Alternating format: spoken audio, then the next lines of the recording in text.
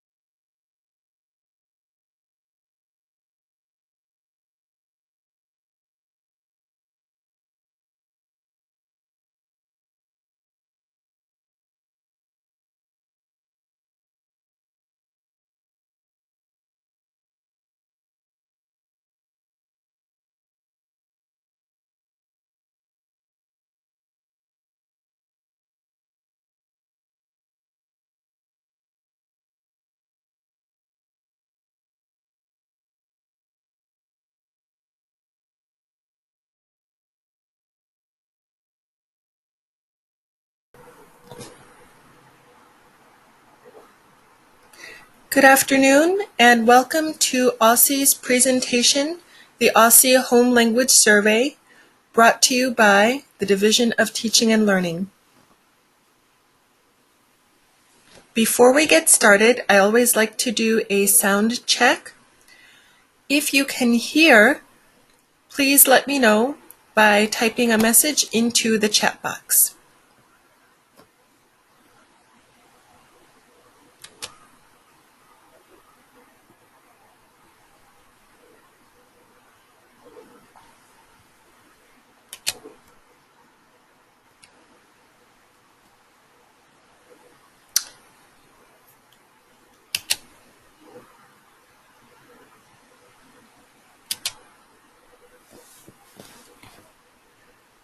My name is Anika Harris.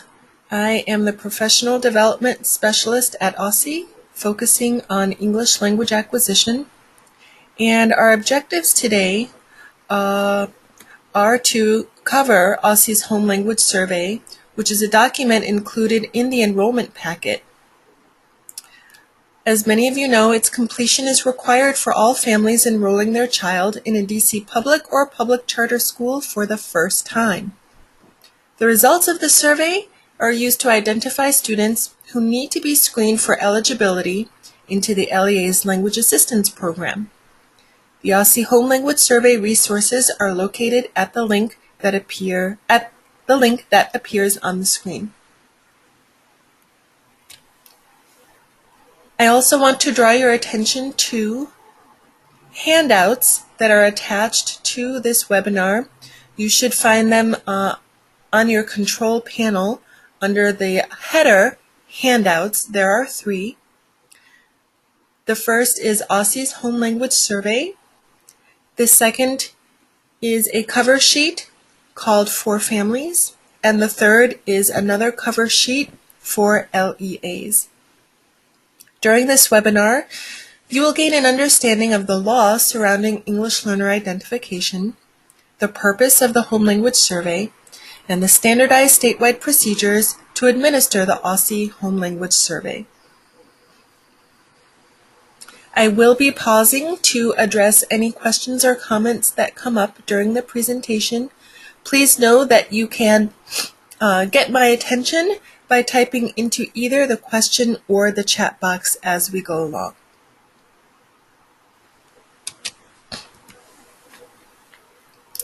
So, it's helpful to know what the Home Language Survey actually is. It is more than just a form. It's part of a student's civil right to education. And it's a part of understanding the students who are in your LEA. It's also part of welcoming students from all backgrounds. Here's the law behind the survey. In 1974, there was a ruling that is known as Law versus Nichols. And in that case, the judge declared that there were elements that were required for schools to provide equitable access to education for students for whom English was not their primary language. This piece of the law has been woven into the Every Student Succeeds Act, also known as ESSA, and the section of the Act specifically, Title III. So you see some of the elements are a home language survey to identify languages spoken at home and languages spoken by the student, and to determine whether language screening is warranted. It also provided for an English language proficiency screener based on the results of the home language survey to identify whether a student is an English learner, and that schools use the results of the English language proficiency screener to provide English learner students with an English language assistance program. And that program allows equitable access to the curriculum and specialized language instruction. More about the legal requirements.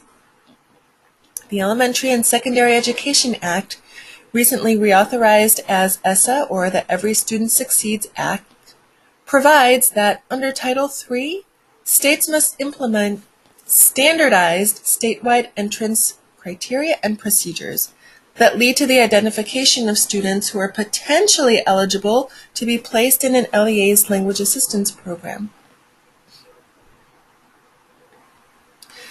OSSE now communicates what those standardized entrance criteria are, and those will be covered during the webinar.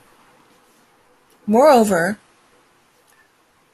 Congress provided that English learners must be identified within 30 days of enrollment, and in DC, all LEAs must use OSSE's Home Language Survey in order to comply with state and local law.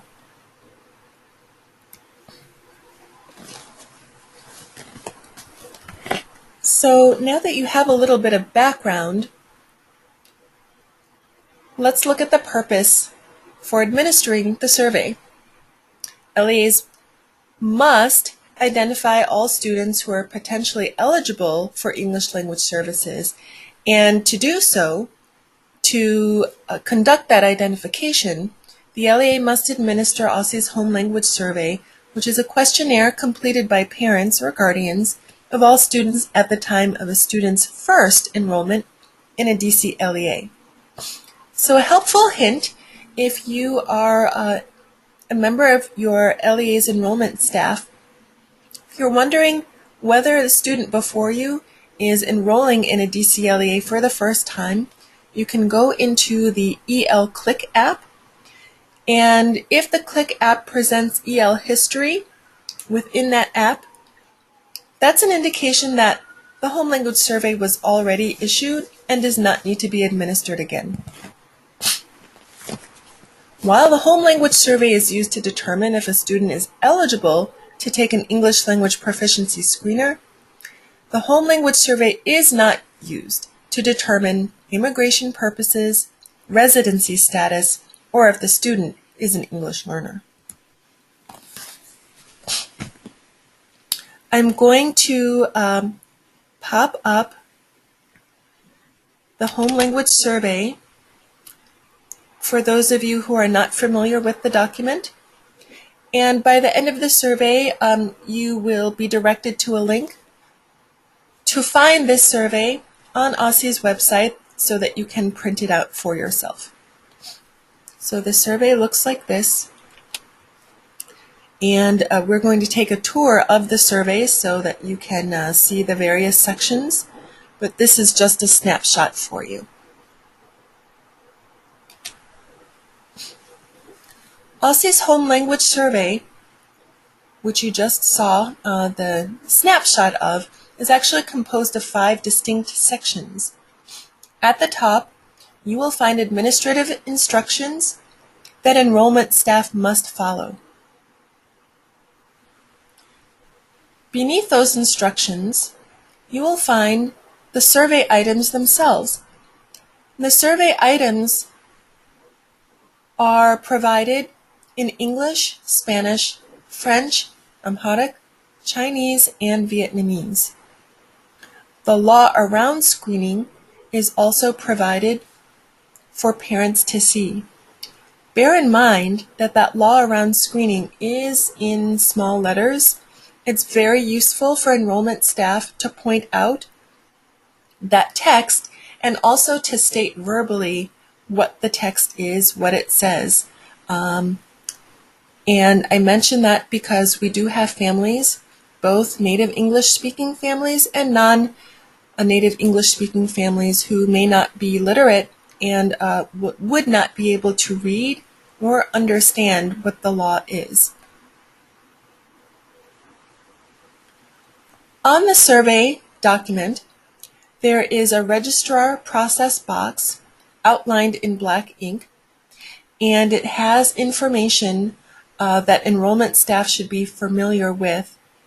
Specifically, it brings to light the fact that if a family filling out the survey needs language assistance to understand what they are filling out and also to fill it out, because perhaps they cannot write, the LEA or the school should provide the assistance that the family needs or that the guardian needs, whether that is an interpreter, someone who is competent in the family's language and can explain what the document says.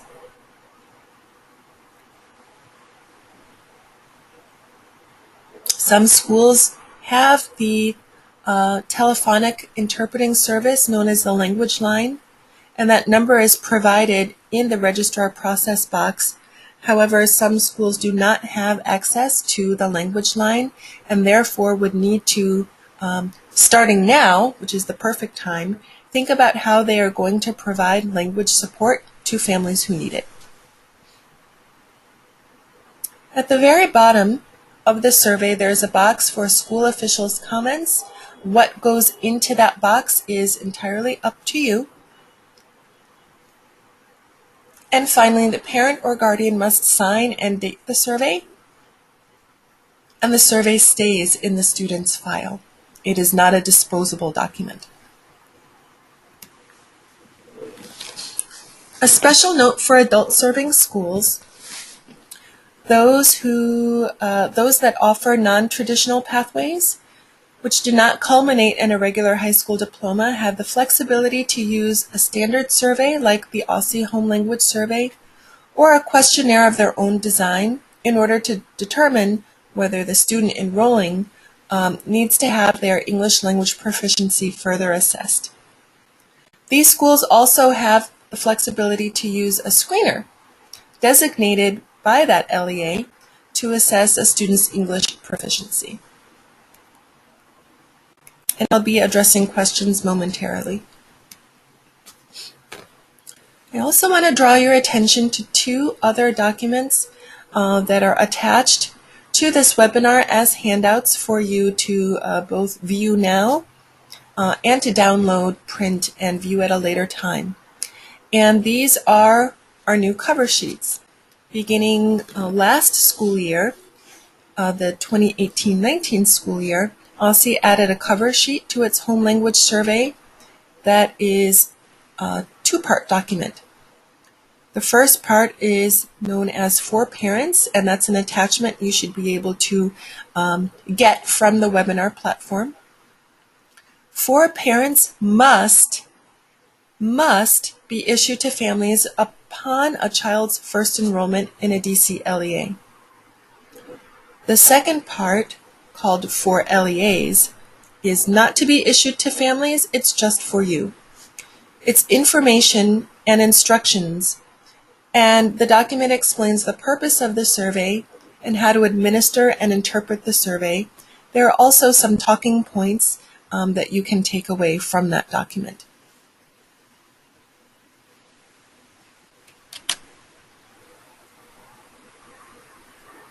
For LEAs who are interested in gaining access to the language line, first check with an administrator to determine whether or not you have access already. It may be that you have access already and don't know the procedure to utilize it. There is a code that you type into or punch into the phone, and that connects you to a representative who asks what language you need support with, and that representative will connect you to a real-time live interpreter to support you so that you can have a three-way conversation, you, the parent, and the interpreter. In the case that the LEA does not have access, I would direct you to DC's Office of Human Rights. They have a language access portal, and through that portal, the LEA can find the contact information for language line, which is what the telephonic service is called, and then determine if that service is right for the LEA. It is a fee-for service. It is not free, and again, some LEAs have it and some do not.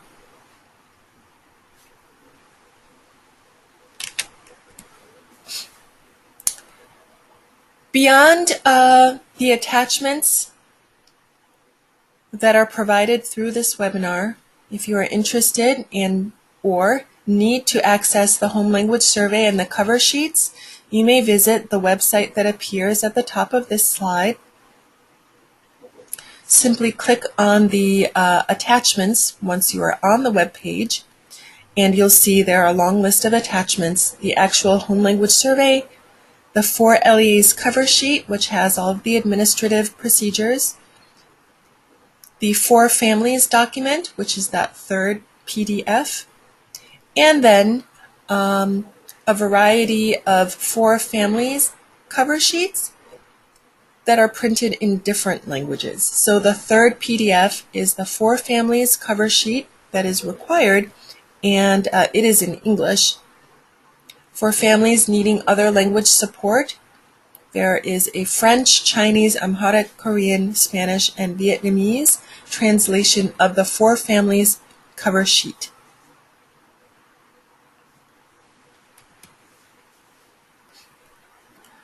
Once the survey has been completed, the LEA takes it back from the family and takes time to look at it. It's the LEA's responsibility to identify students who are potentially eligible for English language services. So, just a pause here. If you have a hunch based on some profiling method that a student or a family needs English language support, and then you come to the conclusion based on the profiling that the student is an English learner, you might want to pause, because we're just identifying students with the survey who are potentially eligible for English language services. We don't know who is an English learner until all of the steps, from first completing the home language survey, to then being screened if needed, to then reviewing the screener results, do we then know if a student really is an English learner. So I caution against identifying or categorizing a student as an English learner before all of the steps have been taken. When reviewing the home language survey, or the responses that the parent or guardian has written into the survey, if a student's guardian or parent responds yes to either question 1 or question 2, then the student must be referred to the appropriate staff, likely the English Learner Coordinator or the English Learner POC, for English language proficiency screening. So just to restate again, you see the fact on the bottom: having another language spoken in the home or routinely used in another setting is not an automatic identification of a student as an EL. The student would still need to be screened before determining officially that that student is an English learner.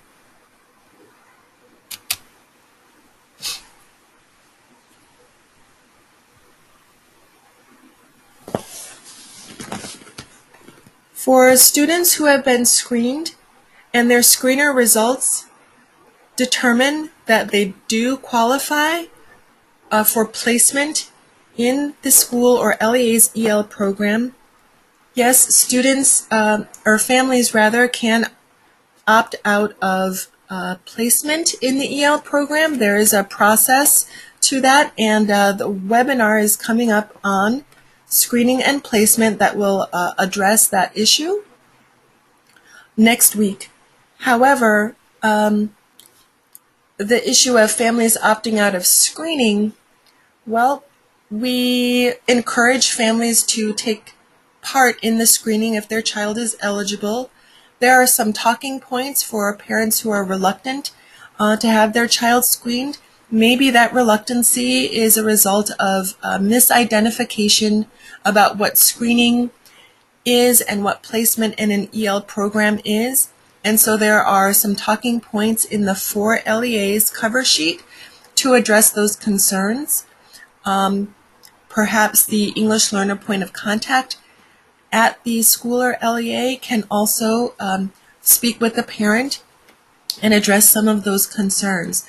But beyond that type of counseling, we cannot force families to screen. We can't grab their shoulders and grab the child's shoulders and force them to sit down for screening. We just can't do that. So the best procedure if a family is trying to opt out of screening is to provide that counseling and help them understand what screening is and what placement in an EL program is.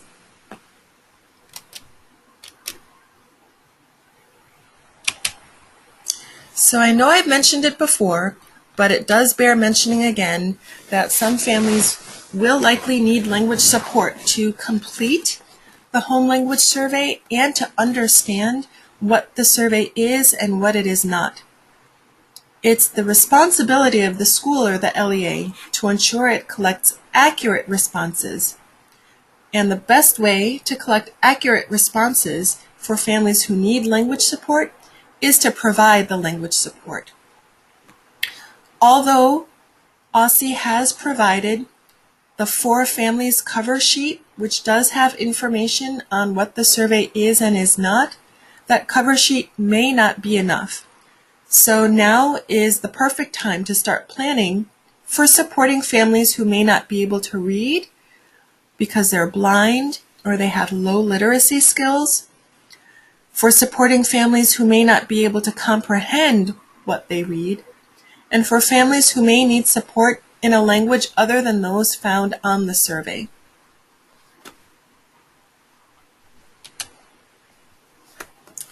Now just a brief word about English language proficiency screening.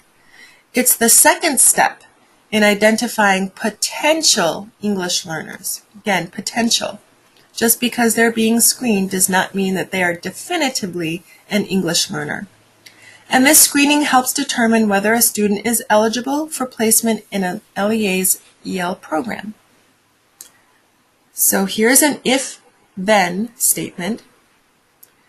If OSSE's Home Language Survey indicates a language other than English is spoken in the home to or by the student, and there's no information about the student being an EL in the Click app, then the student must be screened for possible identification as an English learner using the age and grade appropriate screener.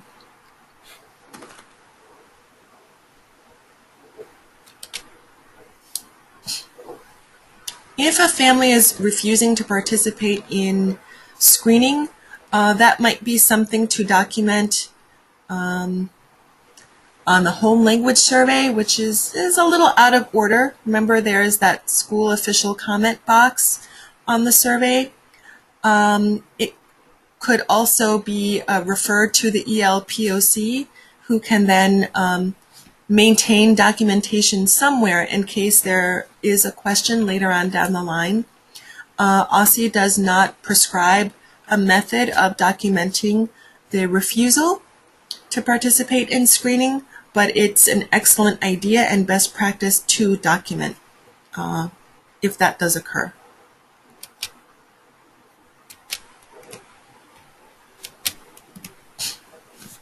Now, LEAs must align the SIS fields with data from the OSSE Home Language Survey and with data from screening.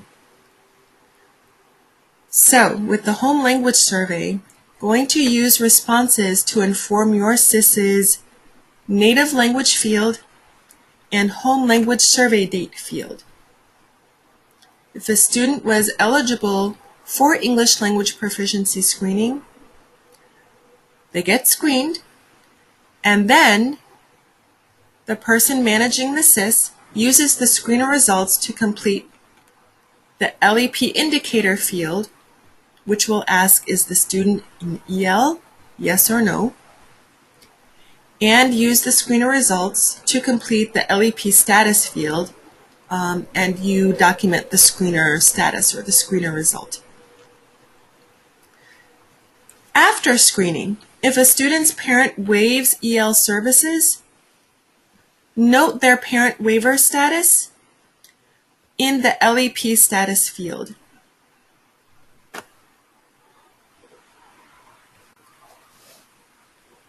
Once you are working with the Home Language Survey and the screener results, if there are questions about SIS alignment, please don't hesitate to reach out to OSSE, and we'll be glad to assist you. So here are some reminders. All students, all, need to complete OSSE's Home Language Survey if they are new to DC public schools.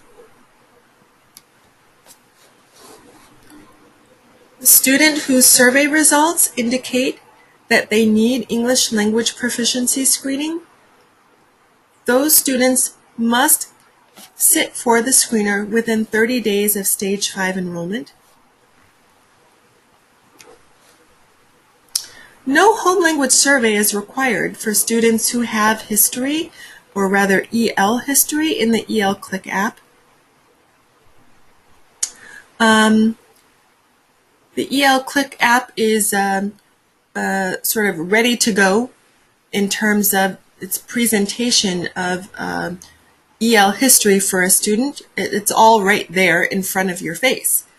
SLED, you have to log in, get the student's identification number, and sort of search for EL history. But I would also say that if a student has EL history in SLED, it's kind of buried, unlike the Click app, which is right there. But if you don't have Click for one reason or another, you could look in SLED to see if there's some EL history, and then that student would not need the Home Language Survey.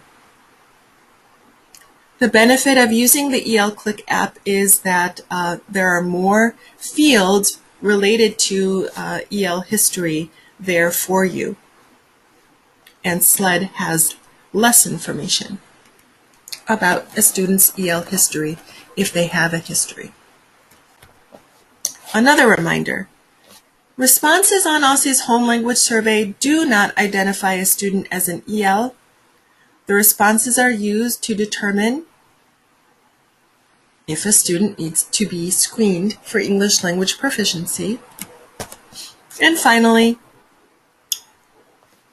this information provided for you today helps DC as a city to follow DC's standardized statewide EL program entry procedures.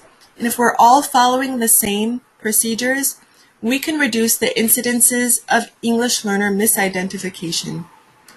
And we can reduce the number of OSSE support tool tickets, or OST tickets, that an LEA has to complete to get their data errors corrected due to EL misidentification.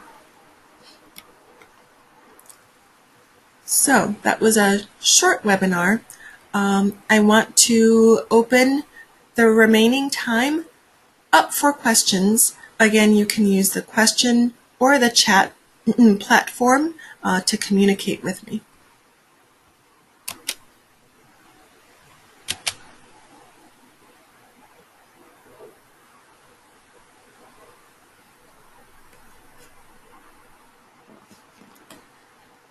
There is a webinar taking place from 1 to 2 p.m. next week. That is Tuesday, April 30th. And that's the screener and placement webinar. If you need the registration link for that, I will flash my email information. You can just email me and I'll send you the link. As for the cover sheets, those students who are adults or in GED programs tend to be older, obviously. And so the For Families cover sheet could indeed be provided to the students. I would recommend it, although it looks a little awkward because it says For Families. However, I would recommend it, either the English version or one of the translations, because it does clearly explain the purpose of the survey and what the survey is not used for. Unfortunately, some individuals filling out the survey may not understand what the survey is or what the purpose is, and may think the results will be shared with immigration officials or other government agencies and somehow impact their immigration or will be impacting their ability to reside here in the city or in the United States. And that is a misconception that we want to avoid. So I would encourage providing that For Families cover sheet to all students, even if they are adults. And we can consider perhaps creating a separate cover sheet in the near future that's less awkward in its wording so that it's more specific to adults and those in GED programs.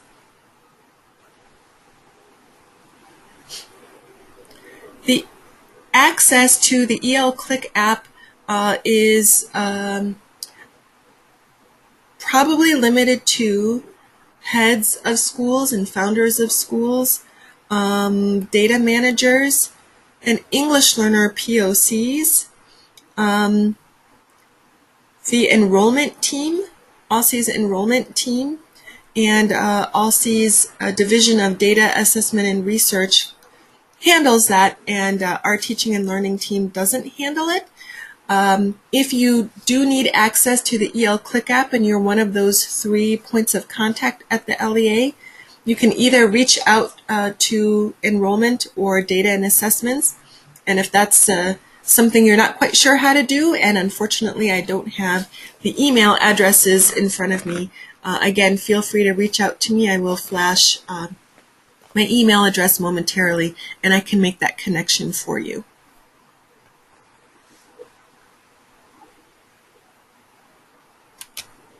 So before winding down, here is that email address. I am your host today, Anika Harris, and my email address appears there on top. And the email address of the English Learner Manager at OSSE is jennifer.norton@dc.gov. Feel free to reach out to either one of us.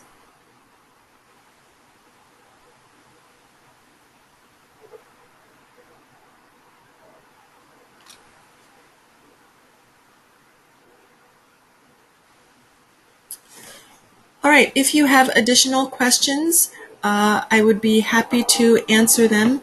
I'm going to wind the survey down now, and I thank you for participating, but please do reach out via email with any additional questions you may have, or if there were any questions that perhaps I didn't address because I missed them. Do stay in touch, and thank you for participating.